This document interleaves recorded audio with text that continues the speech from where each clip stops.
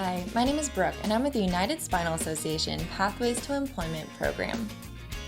Have you thought of returning to work and you have your resume and cover letter updated and ready to go, but you aren't really sure about what to do next? This process is definitely complex, but focusing on one step at a time can calm your nerves and help you to better prepare. And right now, all you need to know is what your very next step is. This video will describe the importance of knowing about federal contractors to help you start seeking and finding jobs to apply for. Let's look at federal contractors and why they are so important for people with disabilities seeking employment. Federal contractors must abide by Section 503 of the Rehabilitation Act of 1973, a law that ensures federal contractors and subcontractors do not discriminate against individuals with disabilities in employment. The law requires employers to take affirmative action and recruit, hire, promote, and retain these individuals with disabilities. With this being said, if the job application asks you to self-identify your disability, then the company is a federal contractor, and as such, they have a goal to hire 7% of their employees as people with disabilities. During the application process, federal contractors provide voluntary self-identification of disability forms for applicants to fill out. The form states the following: we are a federal contractor or subcontractor required by law to provide equal employment opportunity to qualified people with disabilities. We are also required to measure our progress toward having at least 7% of our workforce be individuals with disabilities. To do this, we must ask applicants and employees if they have a disability or have ever had a disability. Because a person may become disabled at any time, we ask all of our employees to update their information at least every 5 years. Identifying yourself as an individual with a disability is voluntary, and we hope that you will choose to do so. Your answer will be maintained confidentially and not be seen by selecting officials or anyone else involved in making personnel decisions.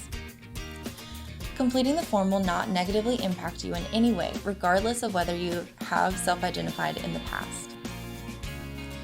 Don't let this statement scare you. This is a good thing.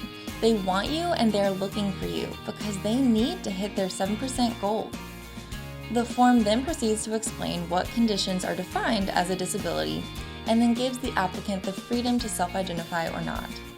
The federal contractors are trying to meet their goal of hiring 7% of their employees with disabilities. So when you receive this form, it is in your favor to let them know you have a disability so that you will have preferential hiring. So, where do you live? Do you live near a military base or a local VA hospital? Approximately 98% of employers in the United States are federal contractors, so you might live closer to a federal contractor than you think. Federal contractors are everywhere. Some examples are CVS, Verizon, Amazon, and Coca-Cola. And while a military base or a local VA hospital is covered by a different section of the Rehabilitation Act, the military bases and VA hospital purchase things such as masks and gowns from private companies, and therefore making those private companies federal contractors. For example, Coca-Cola provides their drinks via vending machines on military bases.